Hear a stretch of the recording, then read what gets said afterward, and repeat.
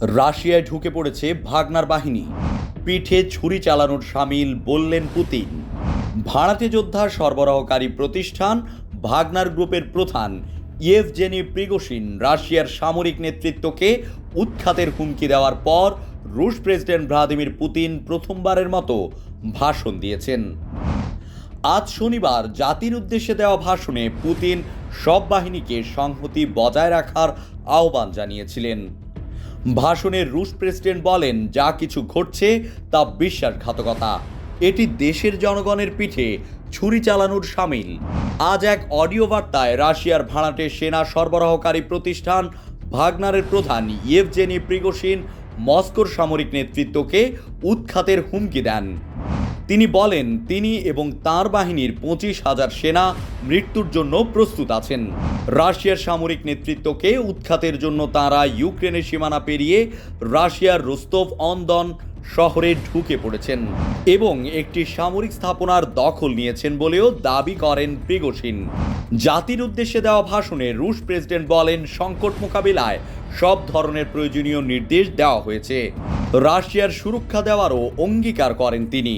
তবে টেলিভিশনে প্রচারিত সংক্ষিপ্ত ওই ভাষণে একবারও প্রিগোশিনের নাম উচ্চারণ করেননি পুতিন।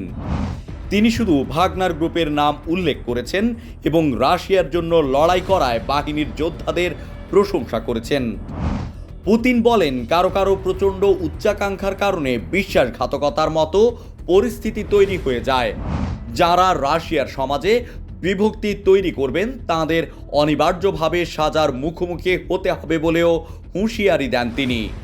আইন শৃঙ্খলা রক্ষাকারী বাহিনীর একটি সূত্রের বরাতে রাশিয়ার রাষ্ট্রীয় বার্তা সংস্থা তাসের একটি প্রতিবেদনে বলা হয়, মস্কো কর্তৃপক্ষ নিরাপত্তা ব্যবস্থা জোরদার করেছে, গুরুত্বপূর্ণ স্থাপনাগুলোর সুরক্ষা বাড়ানো হয়েছে।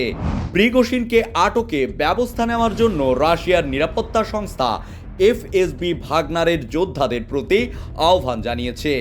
ক্রেমলিন বলেছে, ভাগনার ও রুশ প্রতিরক্ষা মন্ত্রণালয়ের মধ্যকার উত্তেজনা নিয়ে নিয়মিতভাবে প্রেসিডেন্ট ভ্লাদিমির পুতিনকে জানানো হচ্ছে।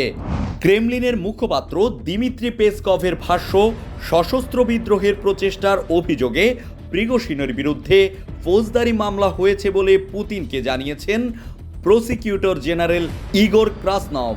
ইউক্রেন যুদ্ধে ভাগনার বাহিনী রাশিয়ার হয়ে লড়াই করছে, কিন্তু ইয়েভজেনি প্রিগোশিন কয়েক মাস ধরে রুশ প্রতিরক্ষা মন্ত্রী সের্গেই শোইগু এবং সামরিক প্রধান ভ্যালেরি গ্যারাসিমভের সঙ্গে প্রকাশ্যে বিরোধে জড়িয়ে পড়েন। তিনি বারবার এই দুজনের অযোগ্যতা ও ইউক্রেনের বিরুদ্ধে ভাগনারকে কম অস্ত্র সরবরাহের অভিযোগ করতে থাকেন।